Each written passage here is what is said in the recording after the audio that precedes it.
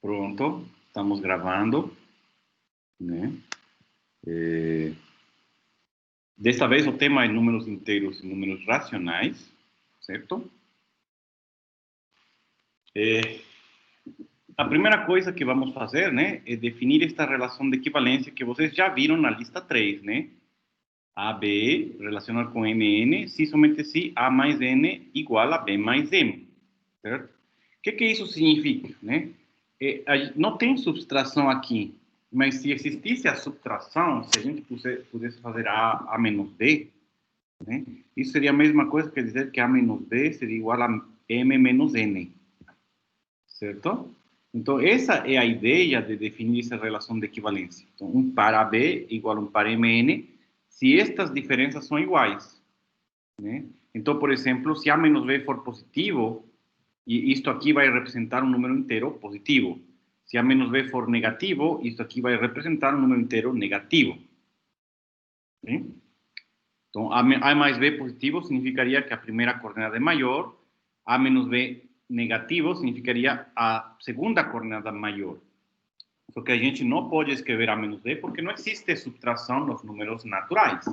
Por isso que está definido desta forma. Eu não sei se vocês captaram essa ideia, né? Da definição dessa relação de equivalência assim, né? Então, uma forma de escrever a relação de equivalência é assim, né? A relação de equivalência é todos os pares dos pares, tales que temos esta igualdade, ou seja, que a diferença de A até B e de M até N é a mesma, né? Mostrar que isso aí é uma relação de equivalência está na lista, e acho que é o exercício 7, certo? E a gente define o conjunto quociente ômega dos naturais vezes naturais sobre essa relação de equivalência como sendo o conjunto dos números inteiros. Certo? Ok? Então, acaba sendo que um inteiro é uma classe de equivalência de um par de números naturais, né? Classe de equivalência a gente denota dessa forma, né? Usualmente, né? Essas chaves, então é um conjunto de todos os números naturais que estão relacionados com esse par AB inicial. Então, isso vai ser um número inteiro, né? Então, como podemos ver, um número inteiro é um conjunto, né, de pares ordenados que estão aqui. Portanto, todo este conjunto, certo? É subconjunto de ômega vezes ômega, né? Por isso que este elemento que está aqui pertence a isto aqui. Daí, os inteiros, né, podemos dizer que é um subconjunto do conjunto das partes dos naturais pelos naturais. E só para contextualizar que conjunto contém que conjunto, né? Então, não existe essa relação dos naturais estar contido nos inteiros, né? São objetos completamente distintos. Mas existe uma forma de identificar um subconjunto dos inteiros como sendo os naturais. Isso é outra história, né? E normalmente a gente, na vida diária, a gente trabalha com essa identificação, né? Bom, tem números inteiros usuais, né? Se eu tomo um número natural, né? A classe do n0 vai ser chamado de n índice z, a classe do 0n vai ser chamado de menos n índice z, e claro, a classe do 00 é a classe ou é o número zero inteiro. Então, no lugar de falar do número 2, esse é o número 2 natural, este vai ser o número 2 inteiro. O que é o número 2 inteiro? É o conjunto esse daqui, ou seja, conjunto a classe do 2, 0, ou seja, o conjunto de todos os pares desta forma, né? Como eu escrevi aqui, né? O 2 inteiro, essa classe de equivalência, que é o conjunto de pares dessa forma, né? A diferença sempre dá 2, né? O menos 3 inteiro vai ser esse número. Então, é uma forma de descrever, né? Eu tenho um desenho aqui embaixo, vou mostrar, né? Quais vão ser os números inteiros, né? Se vocês escrevem ômega na primeira coordenada e ômega na segunda, então temos os pontos de interseção, né? os pontos do produto de cartesiano de ômega vezes ômega. Então, cada uma dessas linhas verdes é um número inteiro, né? Por exemplo, esta linha verde que está aqui no meio é o número inteiro 0. Esta linha, uma linha verde para baixo, o inteiro 1. Uma linha para baixo vai ser o inteiro 2. Depois a linha de baixo vai ser o inteiro 3. E assim por diante, o inteiro 4. Né? E a gente continua, né? Com os inteiros positivos. E do outro lado, os inteiros negativos. Menos 1, menos 2, menos 3, menos 4, etc, etc, etc. Né? Então, essa diagonal me dá mais ou menos a ideia de a correspondência entre número natural e número inteiro e uma forma de visualizar o que são os números inteiros. Né? Por isso que a gente escreveu este teorema aqui, né? Para entender qual é o conjunto dos números inteiros. Né? Então, aqui definimos o conjunto dos inteiros não negativos, o conjunto dos inteiros não positivos, né? São os números inteiros, tais que existe algum m natural, porque x se escreve como par m0. Então, por exemplo, neste conjunto, nós temos a classe do 0, 0, do 1, 0, 2, 0, 3, 0, etc. E aqui, um m, tal que o número se escreve como 0m, ou seja, z com índice menos vai ser os inteiros 0, 0, 0, 1, 0, 2, 0, 3, as classes desses pares, né? Ordenados, que correspondem, né, no final das contas, aqui corresponde a 0, 1, 2, 3, etc. E aqui corresponde a 0, menos 1, menos 2, etc. Certo? Esses são esses conjuntos. Então, a ideia é, o teorema fala que conjuntos inteiros é a união desses conjuntos, a interseção desses conjuntos é só o elemento 0, que é o único elemento em comum, e além do mais, se x é um inteiro, x diferente de 0, existe um único m, né? Como x diferente de 0, m vai ser diferente de 0, tal que x se escreve assim ou assim, né? A classe desse número ou do outro. Né? Esse, além disso, né, mais ou menos, justamente é uma consequência do que estamos dizendo aqui em cima, né? Certo? A demonstração, então, é bem simples, né? Tomamos x, um inteiro, então existe um par AB, tal que isto igual a isto. Por tricotomia, a gente sabe que ou A pertence a B, ou A igual a B, ou B pertence a A. Agora utilizamos o exercício 18C, né, da lista 3, né, que fala que se A pertence a B, vai existir um número natural, tal que B igual a mais o sucessor desse número natural. Então, nesse caso, no caso em que A pertence a B, x vai ser equivalente a 0n+, justamente, né? Escreve o par AB, o par 0n+, né? A mais n+, igual a B mais 0, né? Que justamente é o que acontece aqui. Então, x se escreve desta forma. Se A igual a B, então x se escreve assim, claramente, né? Porque o par AB vai ser estar em relação com 0, 0. E se B pertence a A, é a mesma coisa que fizemos aqui em cima, só que do lado oposto, né? A vai ser igual a B mais N+, e, portanto, x é igual a este número que está aqui. Essa classe de equivalência. Então, isso prova que estes dois conjuntos que a gente aqui definiu, Z índice mais e Z índice menos, a união deles dá isto e a interseção deles dá isto. Né? Só resta provar a unicidade que descrita aqui no final do teorema, ou seja, quando eu falo existe um único m diferente de 0, tal que x se escreve assim ou assim. Né? Mas isso vai ser óbvio, né? Temos que provar estes dois casos, e resulta isso do fato de que para todo número natural, né, se m é um natural e m é diferente de 0, é a mesma coisa que dizer que existe um n, tal que n mais é igual a m. Certo? E pronto, né? Então, vamos provar o item 1, né? Utilizando isto, né? Este fato nos diz que se m é diferente de 0, ele é sucessor de alguém. É isso que vamos utilizar, né? Então, suponha que existe um P inteiro, tal que x se escreve assim, P0, né? E, bom, se ele se escreve assim, sabemos que E se ele for equivalente a este número, então necessariamente M é igual a P. Né? Em outras palavras, a gente já tem isto, né? Já sabemos que existe um M tal que x é assim, ou existe um M tal que x é assim. Então, estou aqui demonstrando somente que este M é único, né? Não existem outros. Né? Se existisse outro, por causa desta equivalência, seria o mesmo. No segundo caso também, se x pudesse ser escrito aqui assim como 0p, né? De outro jeito que 0m, por causa desta equivalência, p de qualquer forma seria igual a m. Ou seja, este número m que a gente encontra, ele é único, né? De tal forma que a gente escreve como m0 ou como 0m. Né? E aqui, então, a descrição que eu falei antes sobre os números inteiros.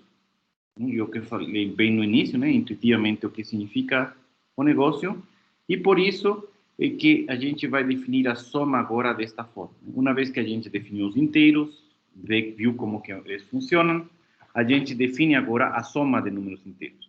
Como a gente falou que um número inteiro é tipo assim, um n menos m, né? Simbologicamente a menos b, se você soma, né, teria que dar n menos a menos m mais b. Por isso que a gente define a soma do par nm como par ab como par n mais a, m mais b, nas duas coordenadas. Então, essa é a definição de soma, certo? Denotada, né, desta forma, né, a soma de isto mais isto dá isto. É a notação que a gente utiliza para essa função soma. Ok? Agora, temos que ver que a função está bem definida, né? Porque se eu mudo os representantes aqui, em lugar de n e m, coloco outro par, n mais 1, m mais 1, ou sei lá, algum par equivalente a ele, o resultado aqui poderia ser diferente, né? Ou se fosse diferente, então nossa função não é função, é uma relação qualquer. Então, para demonstrar que é uma função mesmo, é que para este par de classe de equivalência, o resultado sempre tem que ser o mesmo. Então, se eu mudo o representante dentro da classe, né, eu vou mudar aqui, mas a classe, resultado, deve continuar sendo a mesma. E é isso que fala este lema, né? Se eu tenho todos esses números naturais aí, né, tal que mn equivalente a m' n', e pq equivalente a p' q', então, a soma de este mais este vai ser equivalente à soma de este mais este. Né? É isso que a gente tem que provar. Né? Provando isso, estaremos dizendo que a soma está bem definida. Outro detalhe que eu queria falar também é que está... deixa eu ver, alguém falou alguma coisa aqui nos comentários. Ok, chegou a... Sinira também chegou. Chegaram mais alunos, tá bom. Desta vez eu utilizei este aplicativo, né, para escrever as aulas, porque ele não divide direito em páginas, né, e acabou sendo que quando imprimi em PDF, tem algumas palavras do segundo texto que estão faltando. Mas, de qualquer forma, a teoria está aqui no curso, né, teoria. Vocês vão ver, então, as aulas 7 e 8 estão aqui, no caderno, né, lá no Teams, ok? Ok. Não? Eu disponibilizei também como PDF, mas me parece que no PDF estão faltando algumas coisas. É bom vocês conferirem depois. Né? Bom, vamos demonstrar então este resultado, certo? A gente sabe, então, vamos lá. Vamos por partes. Só que ele corta lá no final, ele repete a frase na outra folha.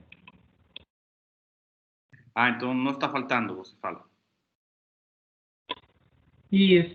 É sempre assim. Se você dá continuidade, na hora que ele gera para imprimir, sim, aí cortou lá no finalzinho, ele repete lá em cima. Não, mas é que na aula 8 eu escrevi coisas mais para cá e me parece que o PDF ele cortou algumas palavras. Então está faltando aqui no final, nesse sentido, na aula 8, tá? É só, se vocês forem imprimir, é só vocês completarem com o que está aqui, porque aqui está completo, aqui no caderno, tá? Bom, dizer que estes dois números estão relacionados, né, ou são equivalentes, né, para esta relação de equivalência, quer dizer que m mais n' igual a m' mais n. É prima que se fala ou é linha? Linha. Linha, ok. E da mesma forma, se eu tenho que o par P que é equivalente ao par P' que prima, este aqui, então estou dizendo que P mais que prima igual a P' mais que. Aí somos dois, né? M mais N' e P mais que prima, de um lado, e do outro lado tem que ser igual a isto mais isto, certo? E vocês utilizam a associatividade, comutatividade da soma, e podemos reescrever assim, né? M mais P, M' mais P' de um lado, N' mais que linha e N mais que do outro lado, né? E isto justamente é dizer que este par é equivalente com este par. Portanto, a soma, se eu mudo os representantes, a soma das classes continua sendo a mesma. Ou seja, a soma está bem definida. Então, a soma dos inteiros é compatível com a relação de equivalência. Portanto, isto aqui realmente é uma função, né? Por exemplo, se eu for calcular 2 mais menos 3, quanto dá 2 menos 3? Né?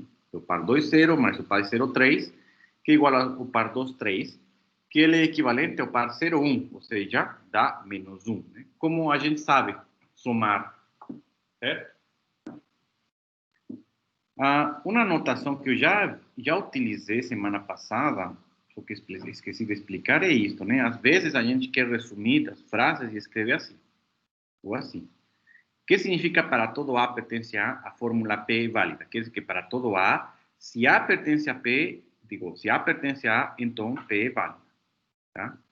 Quando existe diferente, existe uma A, tal que A está em A e P é válida. Tá?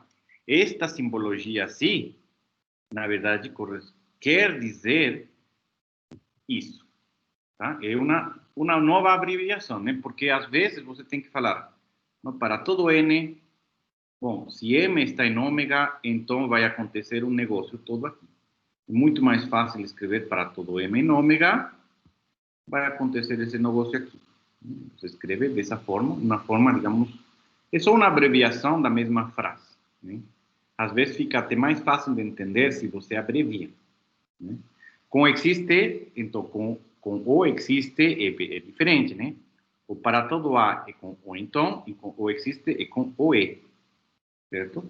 E justamente é isso porque quando existe alguma coisa que está em algum lugar, tal que tal coisa acontece, você está falando, existe uma coisa que está em tal lugar e tal outra coisa acontece, né? Quando é o para todo A que está em A, temos tal coisa. Então, para acontecer tal coisa, o elemento tem que estar naquele conjunto. Por isso que é uma implicação. Né? Então, é a forma lógica de entender o significado dessas frases. Inclusive, quando você faz a negação disto, né? Está fazendo a negação disto. Né? Esta implicação é uma disjunção. Então, negação disto, você vê negando agora, existe A, tal que isto e isto, né? Que justamente a notação de existe um A está nesse conjunto A, tal que no P. Então, vemos que a negação de para todo A está em A, temos a frase P, e existe uma A em A, tal que no P. E da mesma forma, a negação da existência é similar, né? Porque se você nega isto, corta com essa negação e dá na mesma, né? Então, só para vocês saberem o que às vezes a gente está utilizando. Por exemplo, aqui, né? Teorema, propriedades da adição, para todo A e B e Z, temos A mais B igual a B mais A. Na verdade, estou dizendo que para todo A, para todo B, se A pertence a Z e B pertence a Z, então A mais B igual a B mais A. Né?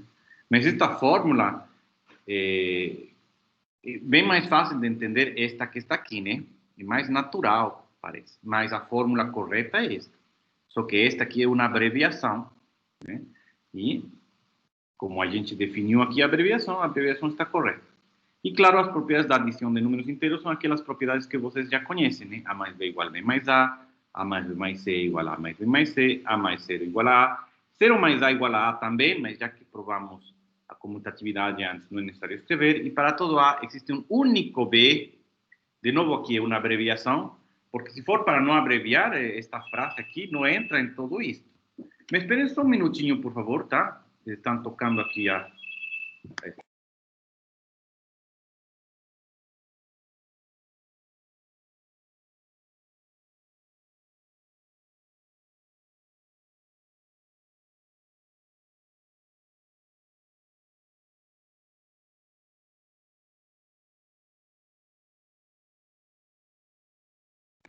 Pronto, vamos continuar, né? Então, essas propriedades da adição, eu vou deixar para vocês fazerem exercício, né, na lista. É bem fácil, né? Uma vez que já definimos assim, praticamente só a gente definiu já a soma aqui, né?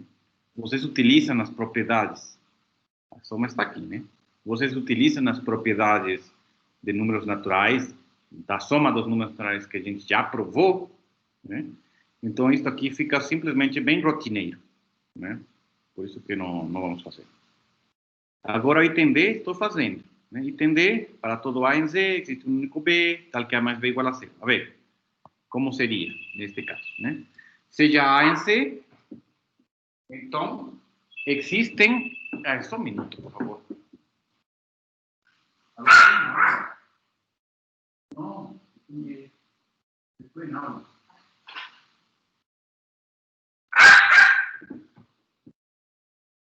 Bom, em que estávamos?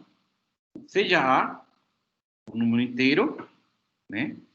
Então, quer dizer que A se escreve dessa forma para M e N números naturais, né? Então, aí, o ideal para saber que devemos somar para dar zero é escolher um elemento NM. Então, A mais B igual a MN mais esta soma, que dá isto, que justamente é o par 0, 0, que é o 0 em Z. E acabou. Isso prova que existe, né, esse número, e essa escolha é natural, porque se você tem um número M menos N, qual que é o inverso, o oposto dele? N menos M. Foi o que fizemos aqui nesta demonstração. Então, para a existência da unicidade, vamos supor que existe um B', B', tal que isto, e tenhamos também isto, ou seja, que isto é equivalente a isto. Em outras palavras, M mais P mais 0, igual a N mais Q mais 0. Ou seja, M mais P igual a N mais Q. Em outras palavras, isto aqui equivale justamente a dizer que N e M é equivalente a PQ. Certo? N, M, equivalente a PQ. Mas isso é justamente dizer que, então, B', que é igual a esta classe, que é igual a esta classe, é igual ao B. Ou seja, o inverso aditivo é 1. Certo?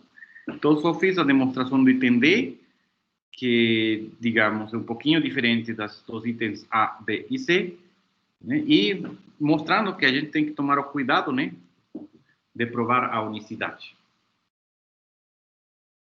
Então, o inverso aditivo do número A vai ser escrito assim, menos A, tá? Então, a gente define agora a operação de subtração nos inteiros, x menos y, como sendo x mais menos y, tá? Ou seja, nos naturais não existe subtração. Nos inteiros, acabamos de definir o que seria a subtração, né? E a gente também tem que definir a multiplicação. E a ideia é só lembrar, né?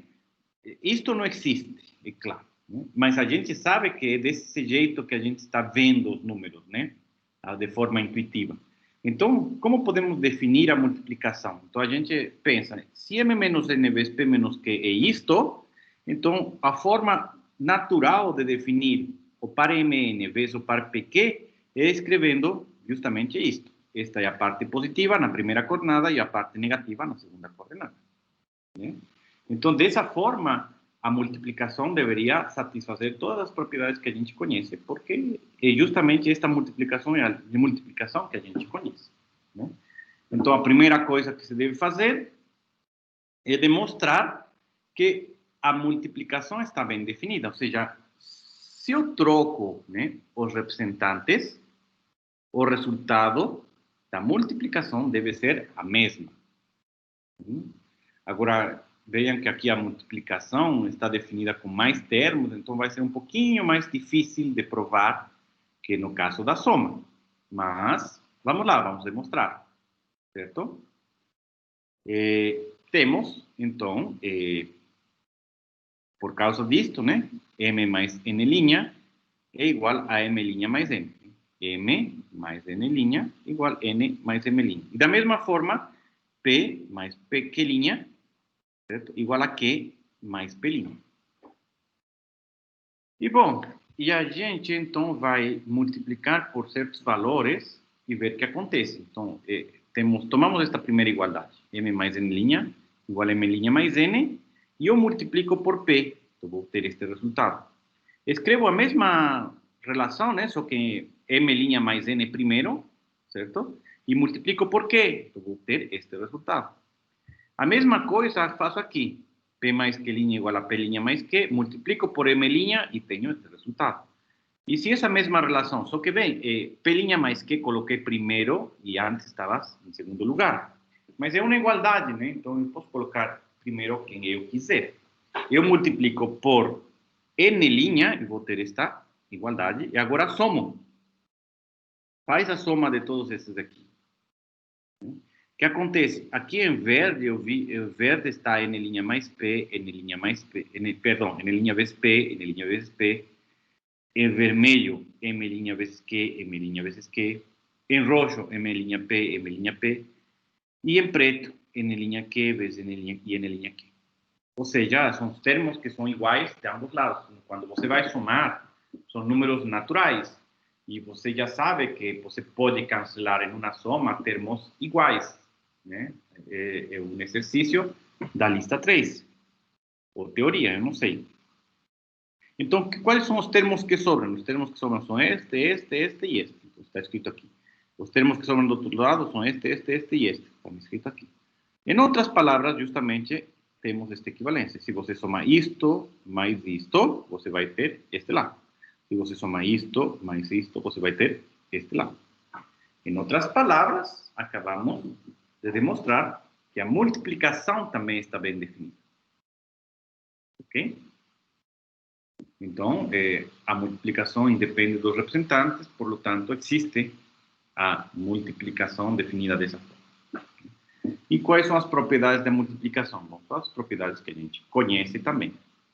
Felizmente, está tudo deixado como exercício, né? Porque, de novo, é básico, né? Tudo é trivial, né? Trivial não. Qual seria a palavra? Em inglês é straightforward. É assim, é fácil, não? É só seguir as definições, não tem nenhuma dificuldade, né? É um pouquinho tedioso, né? Mas é importante a gente saber que a gente consegue demonstrar as propriedades dos números inteiros que a gente sempre usou a vida inteira, graças às definições que a gente começou de zero, né? A gente começou do vazio e a partir do vazio, utilizando axiomas, a gente foi definindo conjuntos até chegar nos números naturais, agora nos números inteiros, e claro, estamos definindo as operações desses números, que são as propriedades básicas desses números que a gente conhece. Então, isso aí está deixado como exercício, e agora vamos definir a ordem em si, né? O que tanto esperávamos. Quando é que podemos dizer que x é menor que y, ou que x menos y menor ou igual que y, né? Bom, a ideia, né, se x se escreve m menos n, y se escreve p menos q, eu queria saber quando isto é menor que aquilo, né? Então, utilizando, claro, as notações que a gente conhece, mas que não podemos utilizar porque os números não estão definidos dessa forma, não existe subtração de naturais, né? Se somamos n de ambos lados e q de ambos lados, nós temos isso. Ou seja, justamente, X vai ser menor que Y, se somente se M mais Q é menor que N mais P. A gente não definiu menor que nos números atrás, definimos pertence. Então, M mais Q pertence a N mais P. Né? E menor ou igual seria, então, isto pertence ou igual. Só que pertence ou ser igual é a mesma coisa que ser subconjunto. Certo? Então, nós temos a ordem estrita ou a ordem não estrita, né? As duas podemos utilizar. Né? E o importante é dizer que esta ordem não depende dos representantes escolhidos.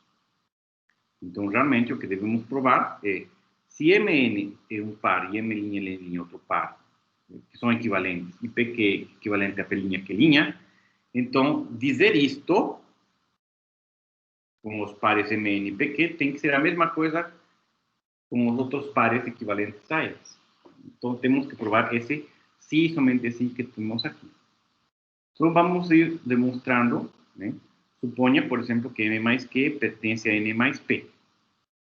Se isso é verdade, né, esse pertence aqui, significa que existe um natural tal que M mais Q mais um K é igual a N mais P.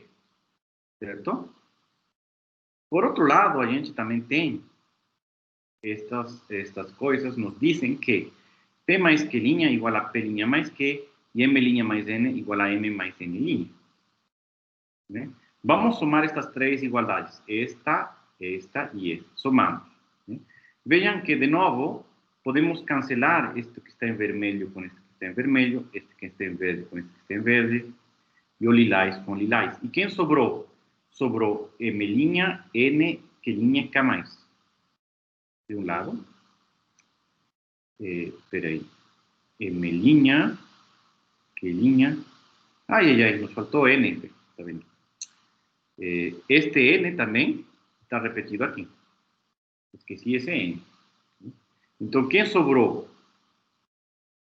Quem sobrou? M', Q' e K mais, de um lado. E do outro lado sobrou... Não, esse não sobrou, porque foi cancelado, né? P' e N'.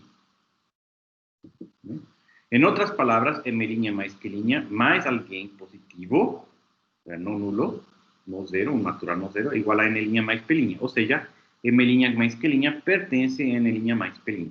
Então, o que acabamos de provar? Esta implicação.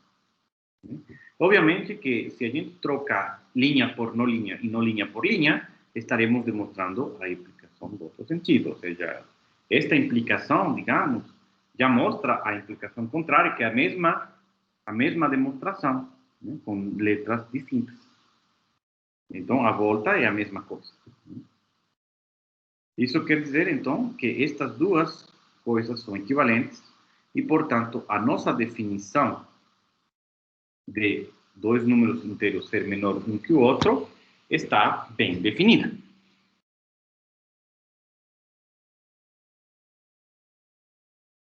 De novo, né? Como M subconjunto, aqui o que eu falei antes, né? Como M subconjunto de N é equivalente a dizer que M pertence a N ou M igual a N, então, para os inteiros também temos esta equivalência. Né? Vai depender de se a gente quer trabalhar com ordem estrita ou com uma ordem que não seja estrita. E claro, eu estou falando ordem total, né? Mas a gente tem que demonstrar isso. A relação que a gente acabou de definir é uma relação de ordem e ainda vale a lei de tricotomia. Quando dizemos que vale a lei de tricotomia, quer dizer que a ordem é total. Né? Porque a lei de tricotomia diz, se eu tenho um elemento A e um elemento B, o A é maior que B, o A é menor que B, ou A é igual a B. Então, estou dizendo que dois elementos quaisquer são sempre comparáveis. Essa é a definição de ser ordem total. Então, vamos provar que essa ordem, essa relação, não é uma ordem. Vamos provar que essa relação é uma ordem. Bom, primeira coisa, é claro que a ordem não depende da escolha dos representantes, né? E para um elemento A, Mn, obviamente temos que A não é menor que A, né? Porque M mais N não pode pertencer a M mais N. Então, estamos utilizando a definição de relação de ordem do símbolo menor estricto, né? Da ordem estrita. Para a transitividade, então, consideramos A igual a Mn, B igual a Pq, C igual a Rs, e vamos supor que A menor que B e B menor que S. que é C. Então, significa que M mais Q, comparando este com este, M mais Q pertence a P mais N, e comparando agora este com este, P mais S tem que ser menor ou pertence a Q mais R. Aqui, né? E, bom, se temos M mais Q pertence a P mais N, eu posso somar S de ambos lados, eu tenho esse resultado. Isso com esta daqui. Agora, esta daqui está aqui, e se eu somo N de ambos lados, eu tenho este resultado.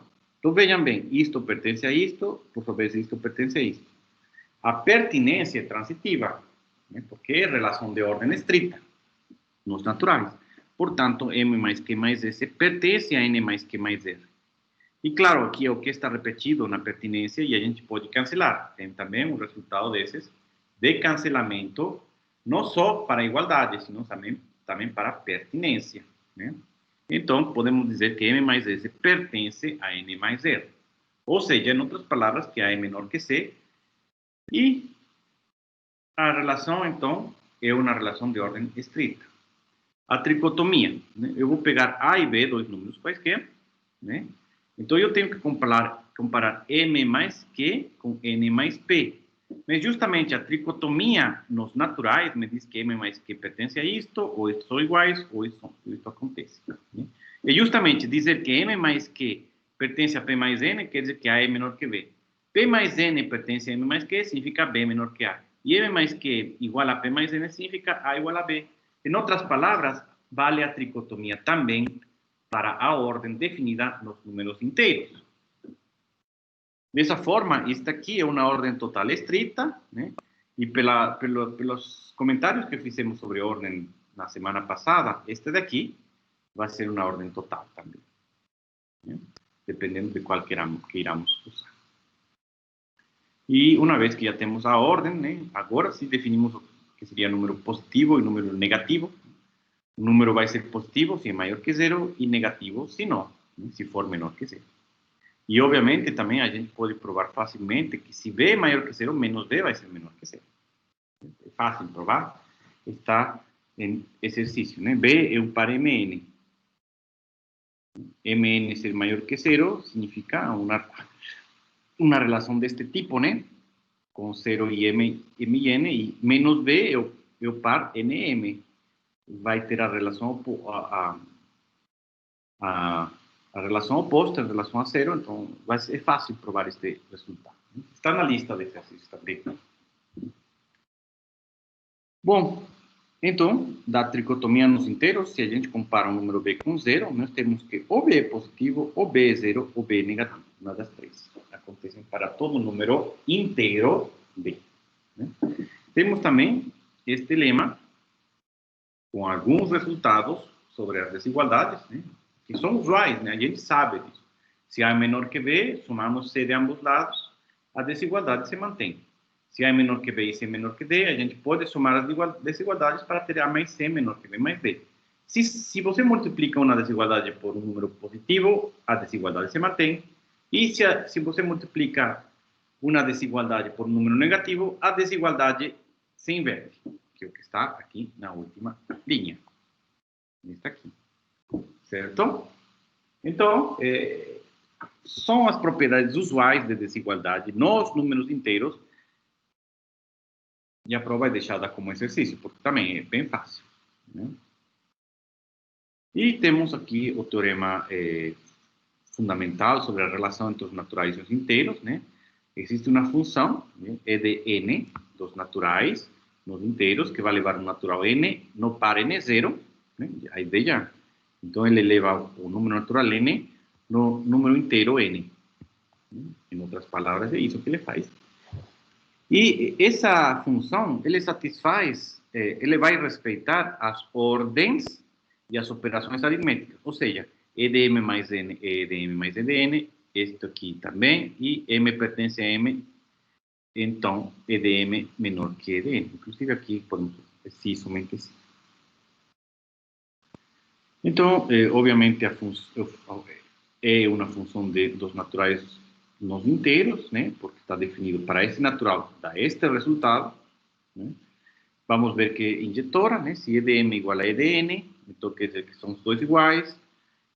Por definição da relação de equivalência, significa que m mais 0 igual a n mais 0, ou seja, m igual a n, o que prova a injetividade da função e. Para a soma é fácil, né? É de m mais n, é isto, que separa, que é soma desses dois, que significa isso. Para o produto, a mesma coisa, né? Simplesmente, o produto de m0 e n0 é justamente isto aqui, que é isto, ou seja, isto igual a isto. Agora, se m pertence a n, então m mais 0 pertence a n mais 0, obviamente, o que quer dizer isto. E, portanto, é de m menor que de n. Mas a inversa também, né? Se e de m for menor que e de n, então quer dizer isto. Isto quer dizer isto. E isto quer dizer isto. Ou seja, é uma equivalência, na verdade. Eu devia ter colocado assim, equivalência. Bom, neste caso, né?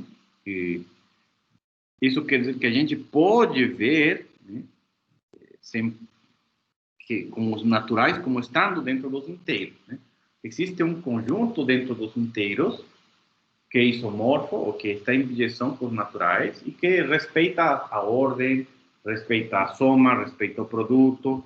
Então, a gente pode visualizar os números naturais como estando dentro dos inteiros, que é isso que a gente faz quando a gente trabalha com números, né? E agora, nós podemos, então, definir os números racionais. Como definimos os números racionais? A mesma coisa que em estruturas 1. Né? Vocês definiram em estruturas 1 números racionais, na verdade, dado um anel. Todo mundo fez estruturas 1, né? É craque em estruturas 1, né? Então, se você tem um anel, tem que ser um domínio, né? Então, você define aquela relação de equivalência, justamente esta que está aqui, para mostrar que existe um corpo que é justamente isto concentrado pela relação de equivalência. Né? E a gente pode ver que existe uma injeção de A em K, e a gente pode ver os elementos de A como estão em K, e as classes de equivalências, normalmente a gente escreve assim, A sobre B. Né? Certo? Então, e justamente A sobre B igual a C sobre D, quando? Quando A vezes D igual a B vezes C. Por isso que a gente escreve de forma natural, define esta nova relação de equivalência, desta vez no produto cartesiano C vezes Z menos o zero, ou seja, a segunda coordenada não pode ser zero. Todo mundo sabe, 3 dividido por zero não existe, etc. Né? Então, a gente não permite a divisão por zero, né? Então, não temos zero na segunda coordenada quando estamos vendo este produto cartesiano. Definimos a relação de equivalência e esta relação aqui é uma relação de equivalência. Oh, que interessante! A prova será feita por vocês em exercício. Né? É fácil de novo, né? A gente fez para os naturais, né? Ou não? Não sei. Ah, sim, na lista também. Enfim. Mas, enfim, é uma demonstração bem simples, né, sobre relação de equivalência. Provar que aquilo é uma relação de equivalência. Então, definimos o conjunto dos números racionais como esse quociente, né, o conjunto quociente, ou seja, o conjunto das classes de equivalência. Esta vez, né, as classes são de pares de números inteiros, não números naturais. Então, é interessante, né, número natural, temos o produto cartesiano, temos classes para cada número natural, e esse conjunto de classes são os números inteiros. Agora, temos outra relação de equivalência entre C vezes C, enfim, né? O negócio vai crescendo. A gente define, né, o racional 0 como 0, 0, 1, o racional 1 como sendo 1, 1. Espera só um minuto, de novo, está me ligando aqui. Ah, não, já parou. Bom, da próxima vez acho que eu vou desligar esse minuto aqui. Bom, é óbvio, né, que a gente sabe que o 0 é 0 sobre 1 e o 1 é 1 sobre 1. Então, é usual dizer, vamos definir o 0 como sendo isso e o 1 como sendo isso. E claramente 0 é diferente de 1 porque o par 0, 1 e o par 1, 1 não são equivalentes, né? Multiplica 0 vezes 1 dá 0, 1 vezes 1 dá 1. Pelo menos, se a gente demonstrou as propriedades de produto de números inteiros, né, a gente já pode provar que o 0 racional é diferente do 1 racional. Né? Claro, é importante agora, né, dados dois inteiros, provar que se C é diferente de 0 e D é diferente de 0, o produto vai ser diferente de 0. Por que é importante provar isso aí?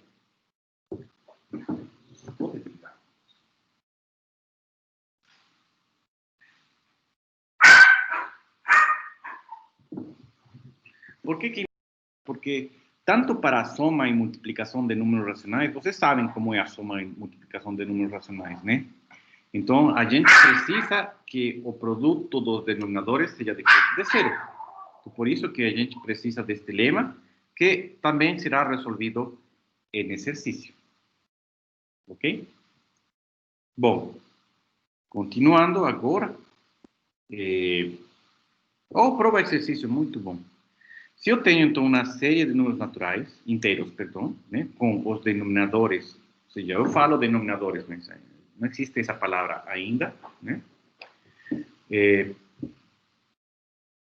Se todos esses números são diferentes de zero, então eu vou dizer o para B equivalente a linha B', para CD equivalente para C' D'. A gente sabe, né, que se eu vou somar AB com CD, a soma é isto. Né? É dessa forma que eu vou definir. E a soma onde a linha B' com C' D' vai ser isto. Então a ideia é que se são representantes da mesma classe, o resultado deveria ser o mesmo. Então a ideia é demonstrar que estas duas são equivalentes. Ou seja, em outras palavras, estou dizendo que esta adição que estou definindo aqui está bem definida. Adição de números racionais.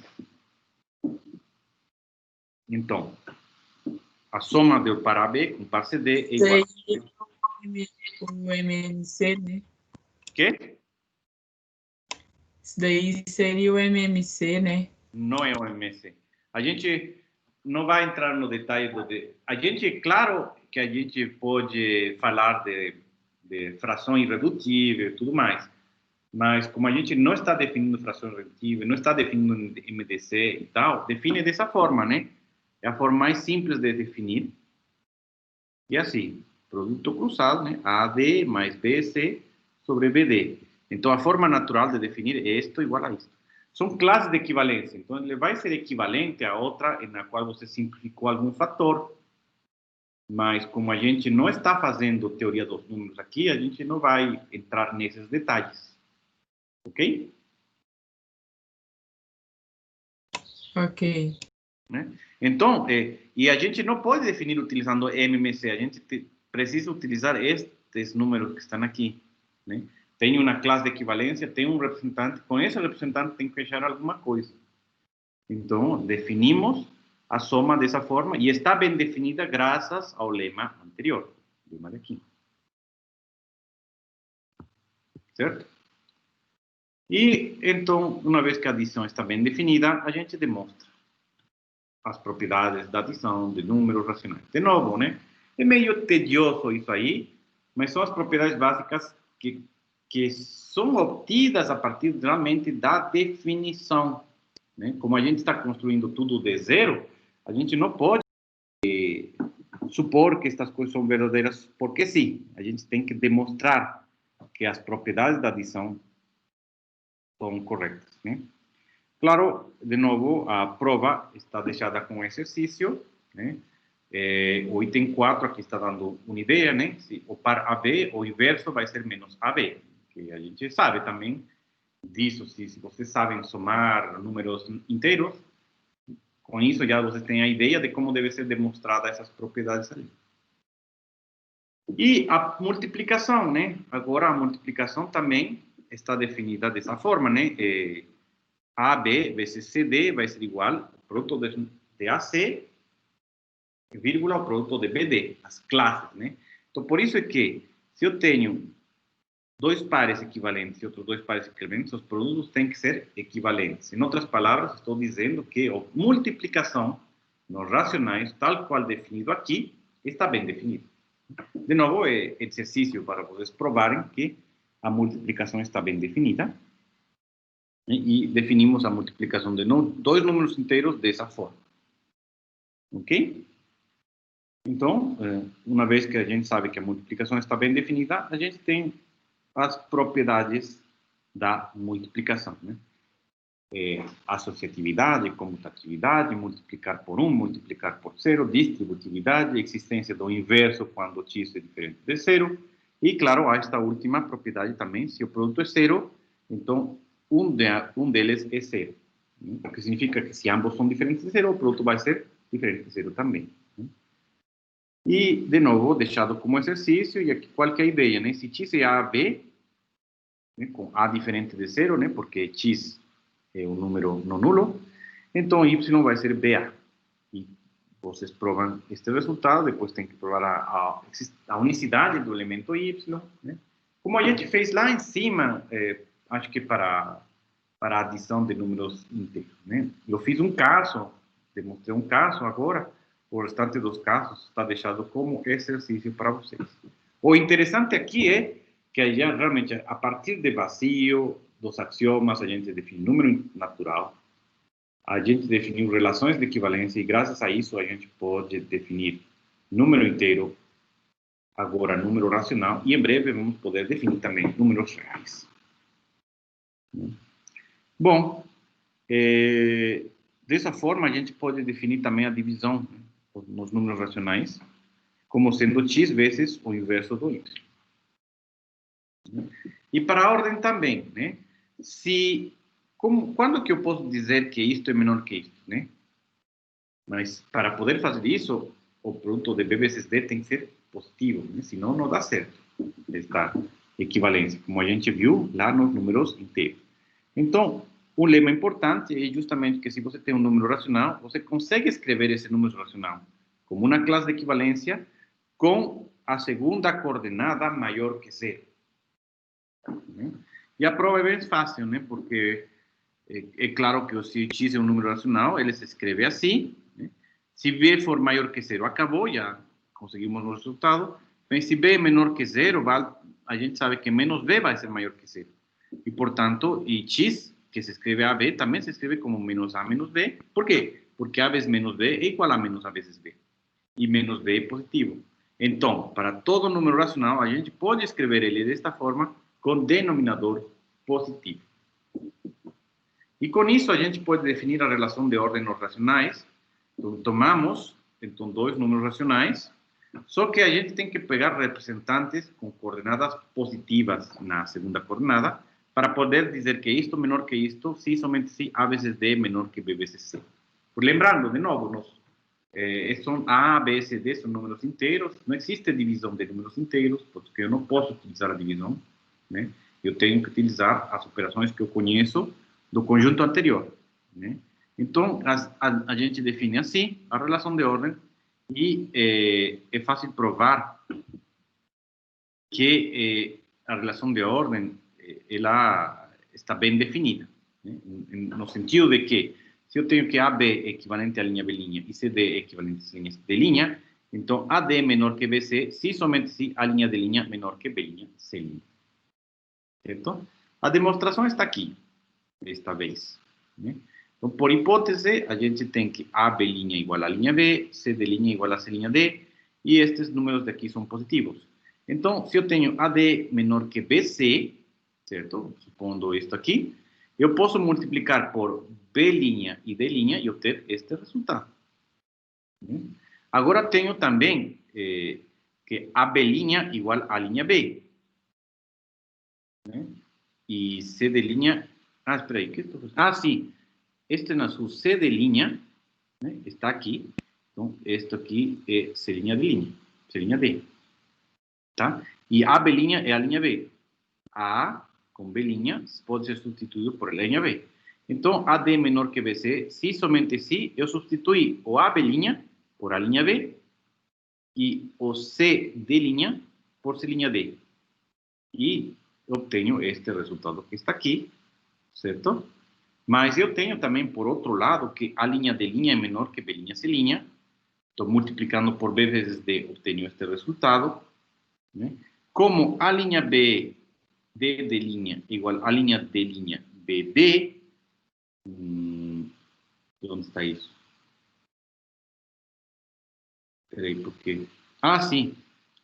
Não, só... Bem, BD, A linha de linha.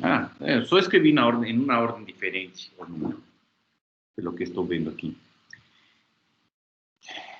Né? Este número está escrito aqui. Né? O que é isto?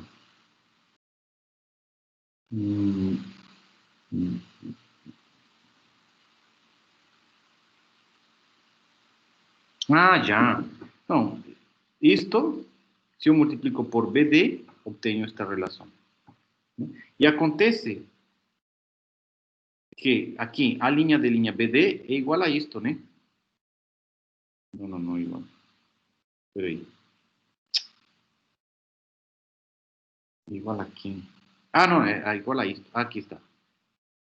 A linha, de linha, BD, BD. Então, isto é igual a isto. Aqui tenho C', B', C', B', BD, BD. Então, isto é igual a isto. Então, tenho esta equivalência, onde isto, isto que está aqui, é igual a isto, e isto que está aqui é igual a isto. Portanto, isto é equivalente a isto. Que era o que queríamos demonstrar. Deu certo. É só multiplicar pelo negócio certo e ver que o negócio dá certo. Então, isso quer dizer que esta relação está bem definida nos racionais, né? Como aqui temos esse exemplo de 0 menor que 1, por exemplo. Né? Por que 0 racional menor que 1 racional? Né? Vocês têm este aqui é um representante de 0, este aqui é um representante de 1, e vocês têm que 0 vezes 1 menor que 1 vezes 1, nos inteiros. Né? Portanto, né, este com este daqui é menor que este com este, que este número daqui. Ou seja, realmente, 0 racional menor que 1 racional. E o teórico? Sim? Aí, agora, a gente sempre, quando vai escrever 0 e 1, vai ter que carregar se ele é racional, se ele é inteiro? Por enquanto, estamos fazendo isso. Né? A ideia é, quando você não sabe em que contexto está trabalhando e está misturando contextos, você vai ter que escrever assim, vai ter que escrever assim, vai ter que escrever assim, dependendo de onde você está trabalhando. Mas se a gente se diz, vamos trabalhar nos reais, a gente pode omitir o índice.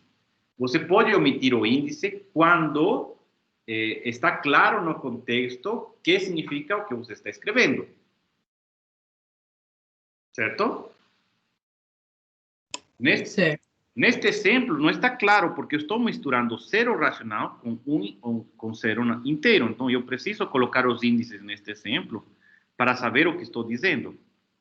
Mas depois, mais para frente, às vezes já não vai ser necessário. Agora é necessário, mas porque estamos definindo essas coisas. Certo? Então, nós temos que a relação de menor estricto nos racionais é uma relação de ordem e vale também a tricotomia. E, além disso, essa relação de ordem preserva as operações aritméticas, que seriam isto menor que isto aqui, isto aqui, isto aqui, né? Que são as usuais, né? São as mesmas propriedades que a gente viu lá nos inteiros, só que com racionais. E a prova, de novo, está deixada como exercício, né? Porque só utilizar a definição, né, que utiliza números inteiros, lembrando, né, que a gente tem que escrever o número racional como um par ordenado com a segunda coordenada positiva, para que dê certo. Dê certo. Bom, então, temos esse teorema, definimos o que seria número positivo e negativo, né, por tricotomia. Isto aqui significa ser positivo, e caso contrário vai ser negativo. O sea, si menos R for positivo, é porque R é negativo. E temos também esta proposição, né? Que se R mais T igual a S mais T, então R igual a S. Se R vezes T igual a S vezes T, com T diferente de 0, a gente pode simplificar, ter R igual a S. E a demonstração é utilizando, aqui vocês veem aqui na primeira demonstração, já que temos as propriedades aritméticas já feitas, podemos utilizar elas, né? Então, por exemplo, R é igual a R mais 0, ou 0 é igual a T mais menos T, aí utilizamos a associatividade, dos números racionais, da soma dos números racionais, e só que a gente sabe que R mais T igual a S mais T, então substitui o R mais T por S mais T, daí de novo a associatividade e temos S, ou seja, R igual a S. Ou seja, R mais T igual a S mais T implica R igual a S, é fácil. Se T é diferente de zero, existe T potência menos 1 e a técnica é a mesma, só que com a multiplicação, para demonstrar que R igual a S, sabendo que R vezes T igual a S vezes T. Então, desta vez, aqui está feito o exercício, é bem fácil. E, finalmente, né, o teorema, também um teorema similar quando a gente viu uma aplicação dos naturais nos inteiros, a gente também vê uma função dos inteiros não racionais, que a gente também vai chamar de E, ok? Então, que é dada por E de A é igual a A,1 inteiro, né? Então, as propriedades que a gente tem, que é E de A mais B igual a E de A mais C de B, E de A vezes B igual a E de A vezes E de B, E de 0 é 0, E de 1 é 1, e A menor que B se somente se E de A menor que E de B. E, claro, é a injetora. Injetora é fácil, né? Pues se E de A igual a E de B, temos que A,1 igual a B,1. Por definição de classe de equivalência, quer dizer que A vezes 1 igual a B vezes 1, ou seja, A igual a B. E as propriedades de soma, então, só utilizar a definição de soma usual que a gente tem. Para a multiplicação, também, a definição de multiplicação usual, podem ver aí. E também, E de 0 natural inteiro, vai dar o 0 racional, E de 1 inteiro, vai dar o 1 racional, tal qual a gente definiu lá na frente, né? Lá em cima. Certo? E, finalmente, que se E de A é menor que E de B, significa, né? Que significa isso? É equivalente, es decir, que, como isto é A, este é de A e isto é de B, A vezes 1 menor que 1 vezes B, ou seja, isto aqui, que se corresponde a A menor que B, o que prova o resultado. Então, esta primeira aula foi justamente de definir número inteiro e número racional a partir de número natural. Os números naturais, fazemos o produto cartesiano ali, definimos uma relação de equivalência e pá, os números inteiros foram definidos. Pego o produto cartesiano dos números inteiros, defino a relação de equivalência ali e pá, os números racionais foram definidos e a gente define soma e produto e ordem nesses conjuntos de forma natural. Né? E agora devemos passar à definição de números reais. Esse é um pouquinho diferente. Vamos lá? Para números reais. Bom, como vocês estão vendo, né, eu fui realmente fazendo tudo um por um, então acho que já temos aqui, nesta aula, o vídeo inteiro sobre a teoria, né? O que ficar faltando no final, eu vou fazer os vídeos que estiverem faltando para fechar o negócio. Número real. É bem interessante, né? A gente vai utilizar os axiomas para definir número real. E antes de começar, eu queria saber de vocês o que vocês entendem por número real. Como foi definido para vocês número real? Quem quer falar alguma coisa? Um corpo denso que contém números inteiros, números naturais, números reais. O que significa corpo denso? É porque se eu pegar só os reais, só os racionais, ainda vai ficar faltando algumas lacunas. Por quê? O que se entende por lacuna? Ai, ai.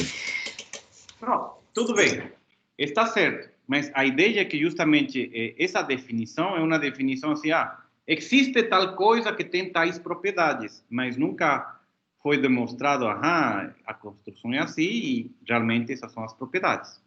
A gente vai definir os números reais, né, utilizando os cortes de Dedekind, né, e a partir desses cortes de Dedekind, a gente vai provar justamente essas coisas que você está dizendo. Ou a gente pode provar aquelas coisas que está dizendo. Ou seja, realmente a gente vai fundamentar a existência dos reais. Realmente, esse é tal coisa, né? Às vezes, em análise 1, vocês definem utilizando sequências de Cauchy de racionais, também dá certo. Mas a gente vai fazer isso usando cortes de Dedekind. Tá? O que é um corte de Dedekind? Vejam aqui. Um corte de Dedekind é um subconjunto dos racionais, tá? Vamos chamar de X, esse subconjunto, tal que não é vazio, não é todos os racionais, é fechado por baixo e não possui maior elemento. O que significa ser fechado por baixo? Significa que, se você tem um número racional que está em X, todo número racional que é menor que esse número racional que está em X, vai estar também em X. Ok? Ou seja, se vocês pensam nisso como uma reta, né? Se este número racional está dentro do conjunto X, todos os menores que ele também. Né? Números racionais, porque é o que a gente tem agora, números racionais. Certo? E não possui maior elemento. Quer dizer que, se eu pego um número racional dentro do X, sempre vou encontrar algum outro elemento dentro do X maior que ele, maior que ele, maior. Sempre vou achar números racionais que são maiores que aquele número dado. Ok? Em outras palavras, ele não é limitado nem por cima nem por baixo. Não. Não ser limitado não é a mesma coisa, né? Ele não possui maior elemento. Sempre existe maior elemento que todo mundo, mas ser limitado, a gente pode provar que ele vai ser limitado. Tá? Ou seja, para todo número, ou seja, existe algum número racional, tal que X está, os elementos de X estão menores que esse número racional. Isso sim, a gente pode provar. Mas ele não possui maior elemento. Ou seja, digamos assim, todo conjunto de números racionais é como um conjunto aberto, né? Se a gente pensa em coisas que a gente ainda não definiu, mas que intuitivamente já conhecemos, né? Intuitivamente podemos dizer, conjunto de números racionais aberto aqui, então são todos números racionais menores que isso. Como é aberto aqui, sempre vou encontrar um número racional maior que um número racional. Se pega este conjuntinho... é verdade.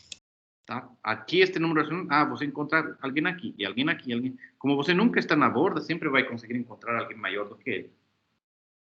Então, a ideia é essa. A ideia é que um corte de Dedekind, na verdade, é um conjunto aberto, limitado por cima e até o infinito por baixo. Esta parte significa que todos os racionais até certo ponto. Só que aqui é aberto, com um buraquinho.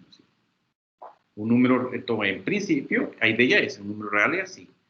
Ser no vazio, justamente para dizer, tem que ter alguém lá dentro. E não ser igual a quê significa justamente porque se você pega esta propriedade que está aqui, o Q inteiro satisfaz isso.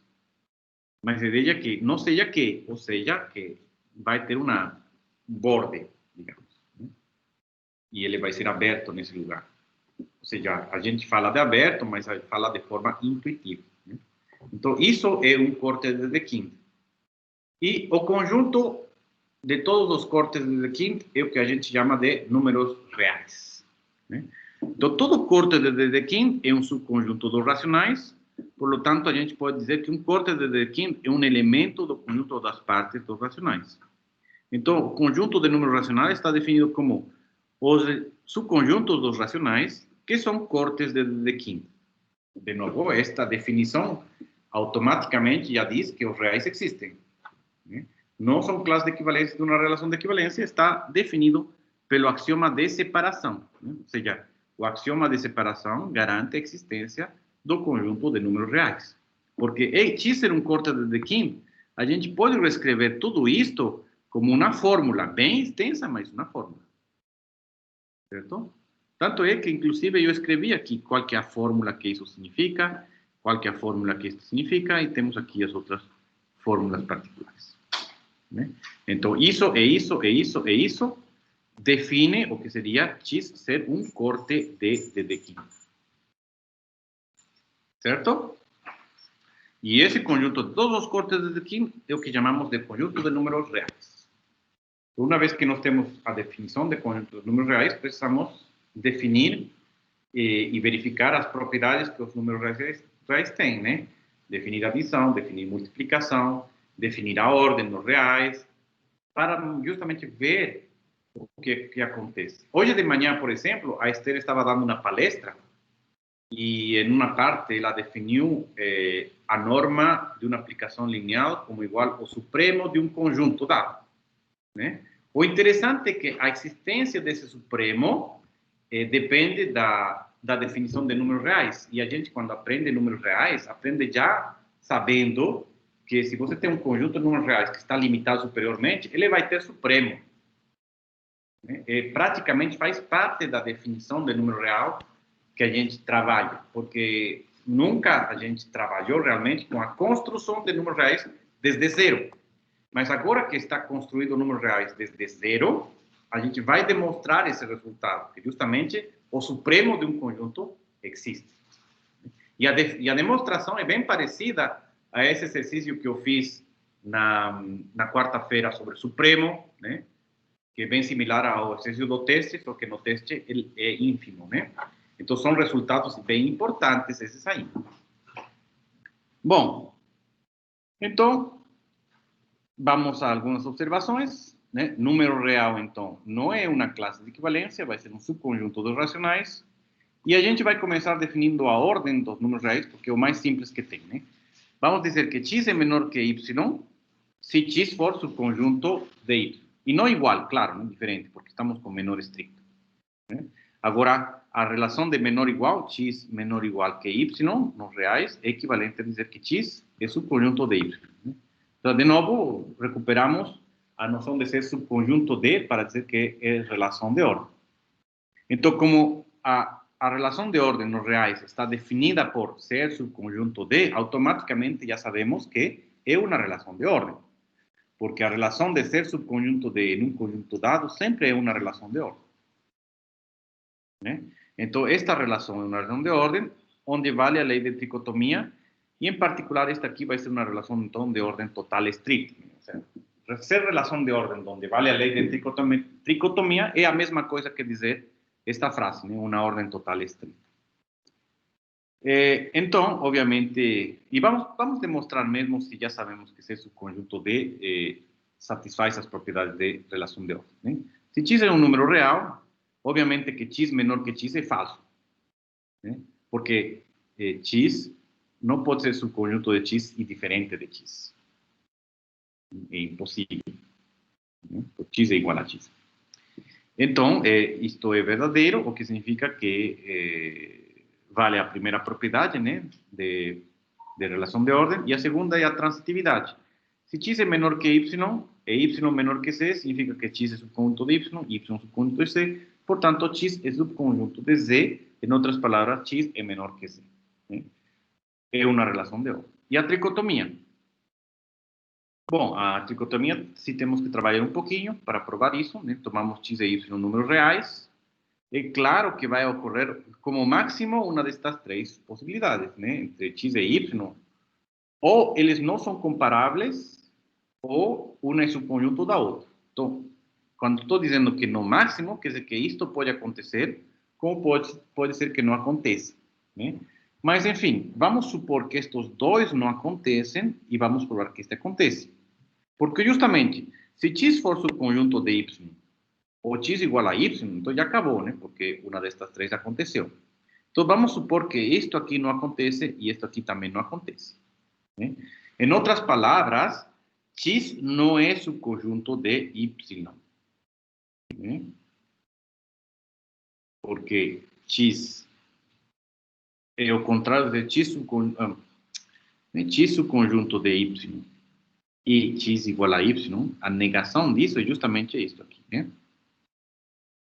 O que significa ser x não é subconjunto de y? Significa que tem que haver alguém em x que não está em y. Então, existe um racional que pertence a x, tal que esse racional não pertence a y. Agora vamos provar que y é subconjunto de x. Ou seja, claro, como não são iguais, vai acontecer isto aqui. Certo? Se provamos isto, então a lei de tricotomia vai estar provada. Então, tomamos esse que está em y, qualquer. Por tricotomia, de novo, né, temos uma destas três propriedades sendo satisfeitas. Mas a gente sabe que R não pertence a Y. Então, S e R não podem ser iguais, porque S pertence a Y e R não pertence a Y, por hipótese que está aqui. Agora, se R é menor que S, o que acontece? Bom, temos esta, aí usamos esta segunda propriedade, né? Ser fechado por baixo. Mínimo. Se R for menor que S, eu tenho S pertence a Y. S está por aqui. E R é menor que S. Então, essa ser fechado por baixo significa que se S pertence a Y, todo mundo que é menor também pertence. Então, eu teria que R pertence a Y. Porque Y é um corte de Dedekind. A segunda propriedade diria isso. Né?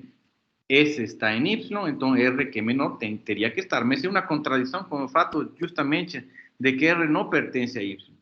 Ou seja, isto não pode acontecer. Mas se R menor que S não acontece e R igual a S também não acontece, significa que o que acontece é que S é menor que R. Então, S é menor que R é o que acontece. Mas eu tenho que R está em X. E S é menor que R. E X é um corte de Dedekind. Então, o S vai pertencer a X. Tá. Justamente utilizando essa segunda propriedade. E isso significa que, se S está em Y, S vai estar em X, ou seja, Y é um subconjunto de X. Como por hipótese Y era diferente de X, então a gente tem que Y é subconjunto não igual de X. O que significa que vale a lei de tricotomia. Então, escrevemos, como eu tinha já falado antes, x menor igual corresponde a x menor que y, ou x igual a y, ou seja, x menor igual que y, e corresponde a x ser subconjunto de y. Né? E, como a Esther estava falando, né, o teorema, a propriedade central dos números reais, a partir da qual a gente consegue provar um monte de coisas, é esta completude. Ou seja, todo subconjunto não vazio, limitado superiormente no conjunto de números reais, tem supremo. Mais ainda, tal supremo é único. Tá? Esse é o teorema central dos números reais e a gente vai demonstrar isso de uma forma bem simples. Justamente como a gente fez na quarta-feira. Se eu tenho um conjunto A, eu faço a união de A e essa união de A é o supremo. É a mesma coisa que vai acontecer aqui. Então, tomemos. Seja A um subconjunto dos números reais. No vazio, claro. Ilimitado superiormente. Tá? Vamos provar que, como eu falei, união de A é o supremo de A. O que significa provar que união de A é o supremo de A? Significa, primeiro, união de A tem que ser real, união de A tem que ser uma cota superior de A, e união de A tem que ser a menor das cotas superiores de A. Uma vez que tudo isso foi provado, bueno, que o supremo é único. Mas, obviamente, a unicidade do supremo, né, segue da unicidade do elemento mínimo. Por quê? Porque se você tem, se união de A é a menor das cotas superiores, quer dizer que união de A é o mínimo entre as cotas superiores, é o mínimo de um conjunto. E o exercício 2 da lista 3 diz isso, né? Se você tem um conjunto com mínimo, esse mínimo é único. Então, a unicidade do supremo a gente não precisa demonstrar, porque está automaticamente garantida pelo fato de o supremo ser o mínimo de um conjunto dado. Tá? Que já foi provado aqui na lista 3, exercício 2. Ou seja, as três coisas que a gente tem que provar são estas três que estão aqui. Ok? Parece estranho dizer que a união de A é um real, mas a ideia é bem simples. O conjunto A está formado por números reais, e cada número real é um conjunto de racionais que são assim, né? Se você faz a união de A, está fazendo a união desses conjuntos. Então, praticamente, está vendo qual deles contém todos eles, praticamente. Intuitivamente, então, é isso. Então, é bem interessante a existência do supremo em um conjunto limitado superiormente, no vazio, claro. Simplesmente fazendo a união desse conjunto. Bom, a primeira coisa que a gente tem que provar é que a união de A é real. E provar que a união de A é real significa provar que a união de A é um corte de Dedekind. Provar que a união de A é um corte de Dedekind quer dizer que a gente tem que provar 4 coisas em união de A. Primeiro, é no vazio. Logo, depois, não é igual a todos os racionais. Depois, ele é, como se chama? Qual que era a frase? Qual que era a frase? Esqueci a frase aqui. Fechado por baixo. É fechado para baixo e não possui maior elemento. Ou 4 coisas, né? Um corte de Dedekind tem que satisfazer 1, 2, 3 e 4 coisas. Satisfazendo essas 4 coisas, a gente pode dizer que a união de A é um número real. E como vocês podem ver, a demonstração é grande. Mas vamos lá. Vamos ver se conseguimos terminar essa demonstração aqui e agora. Bom,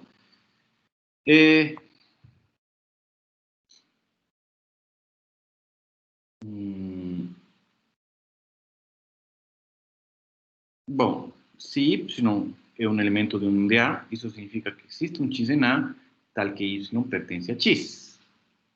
Como X é um número real, quer dizer que X é um subconjunto dos racionais.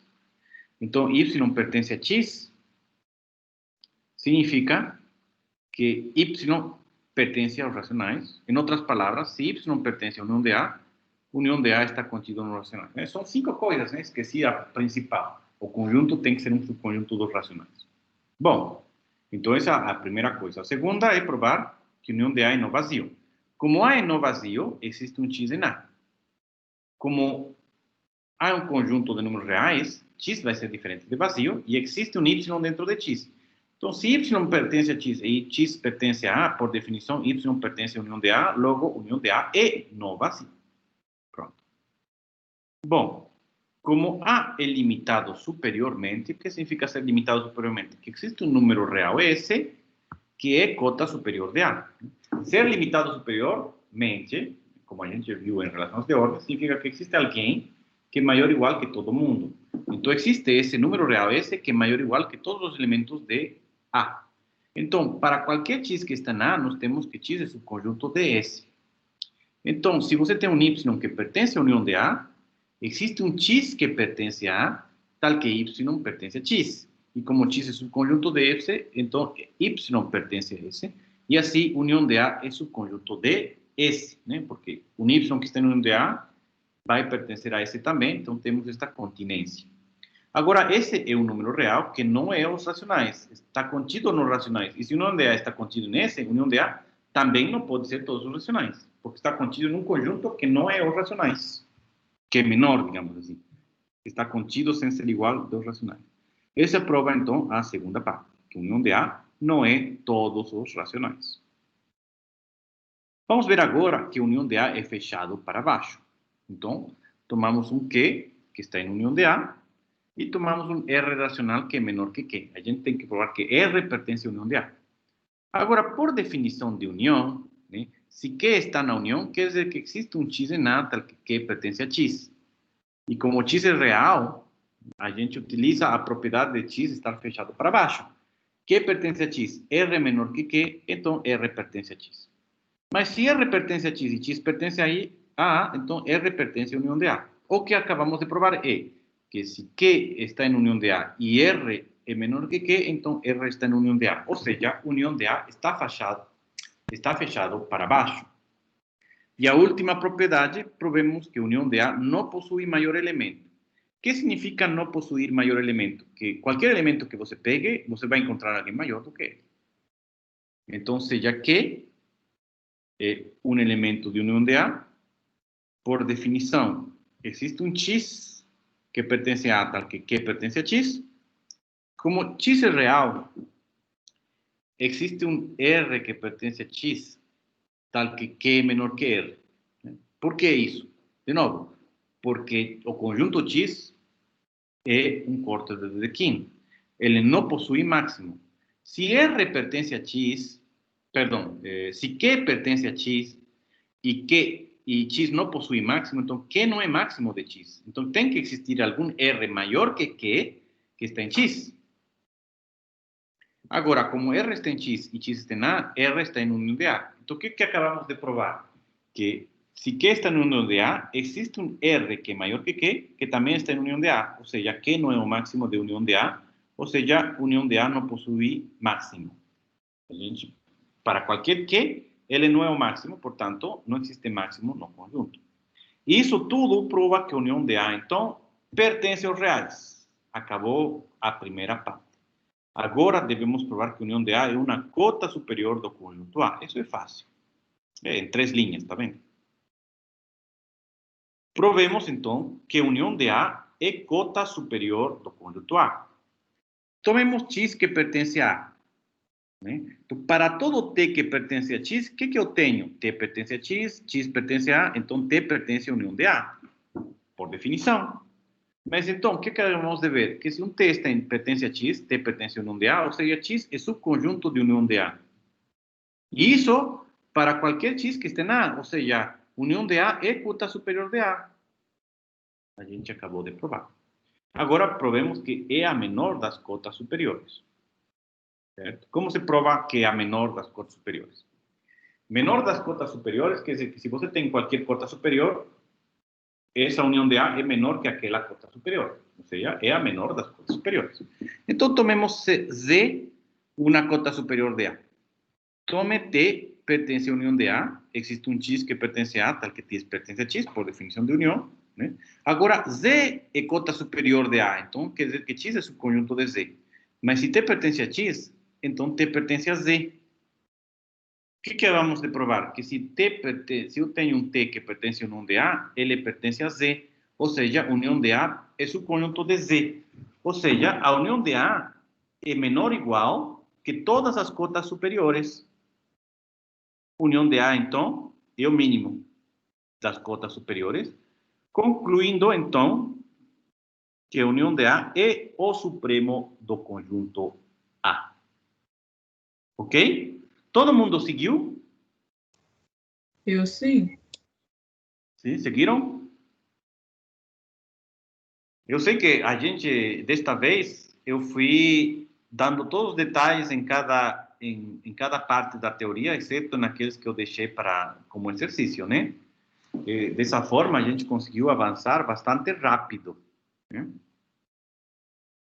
Bom, agora vamos a definir a adição de números reais de uma forma super fácil, né? X mais Y. Sim, Guilherme? Aproveitando que você parou, Gonzalo, eu vou ter que sair mais cedo um pouquinho agora, tudo bem? Tá bom, depois você vê então como se chama? O vídeo, né? Sim, eu vejo sim.